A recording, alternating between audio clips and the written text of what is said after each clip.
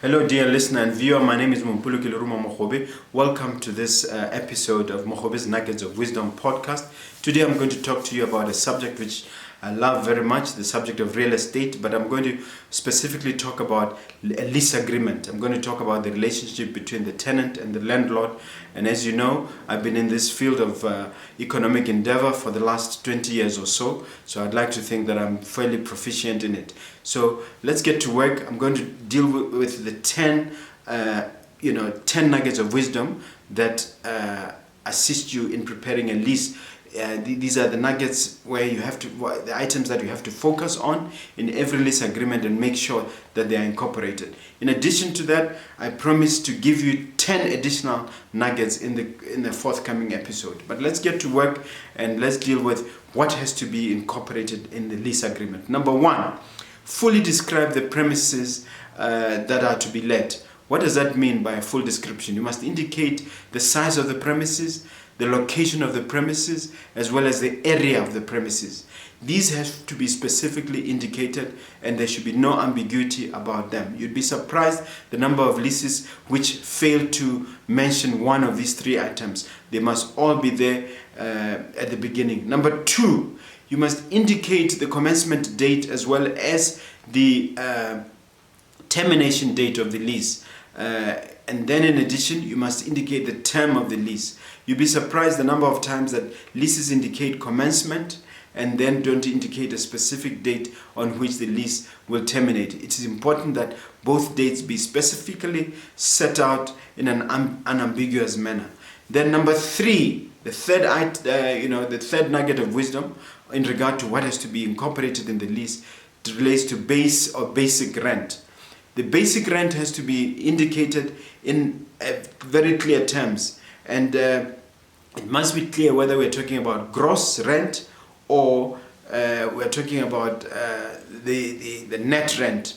When I say gross, it has to be clear whether rent includes other additional items that may not normally be included. I've seen a lot of residential leases in Gaborone where the landlord chooses to incorporate utilities and other items in the rent.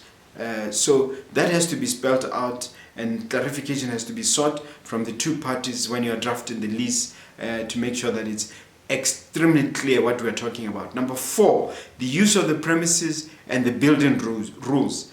It is vital that the exact use of the premises be spelled out, and that has to be in conformity with the zoning for the area. What are the premises going to be utilized for? Is it a restaurant? Is it a bottle store? Is it a hair salon? It could be any number of things, but sometimes inexperienced draftsmen or drafters of leases will not mention exactly what the economic use of the premises are going to be. So that has to be clarified and spelled out in the lease.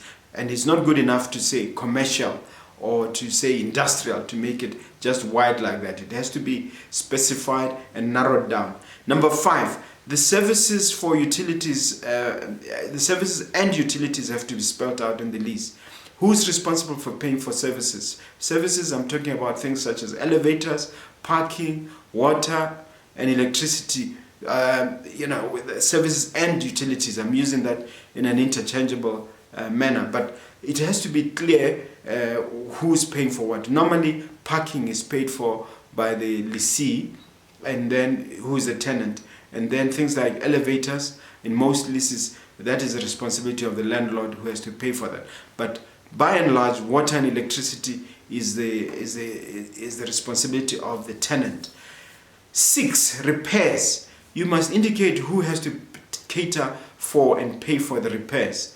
Generally, as a general rule, the tenant is responsible for cosmetic repairs, whereas the landlord is responsible for structural repairs. So that is a basic delineation. What you don't want to experience is to receive a phone call in the middle of the night, if you are the landlord, with the tenant saying that the bulb is broken or there's no light or something that is so cosmetic and small, which falls under his responsibility.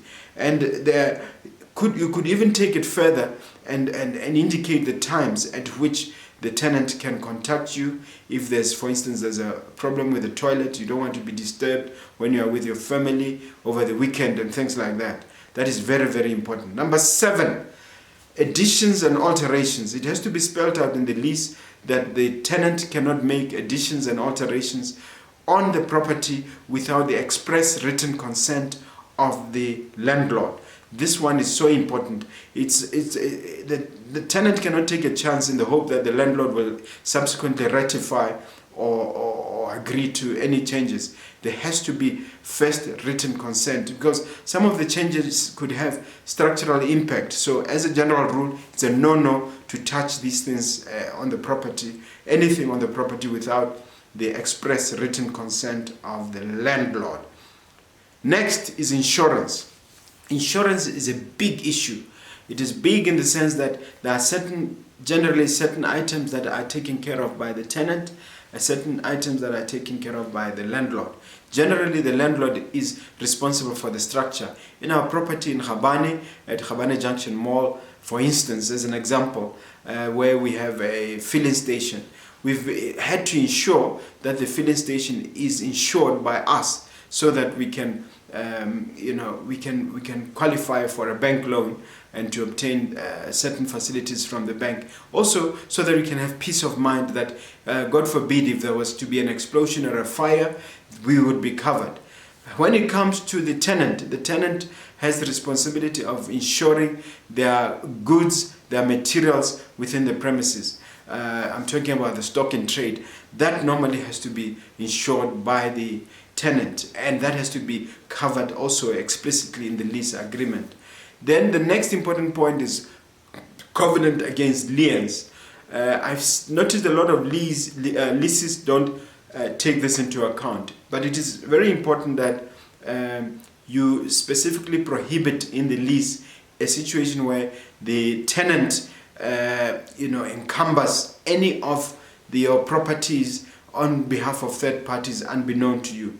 There are some third parties who may be selling to the tenant certain items on hire purchase, and there could be a situation where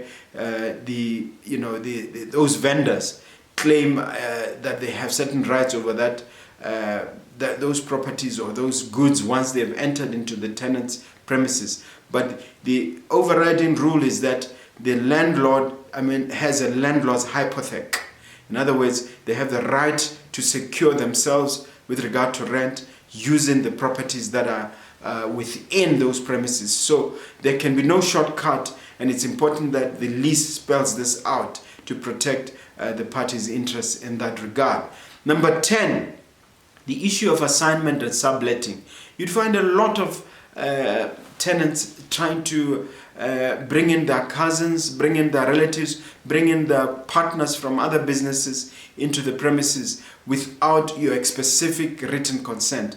Therefore, this clause is very important. It must be spelled out that the tenant is prohibited, strictly prohibited, from endeavoring to bring in any other party without your express written consent. Notice that the lease would not stop it completely, but it would insist that you need to vet whoever is being brought in so that you can consent to their presence there. Let me give you a bonus. The bonus point, the 11th point for purpose of tonight, on a next episode, dear listener, I will ensure that I deal with other clauses that are vital and important. They have to be included in a lease agreement.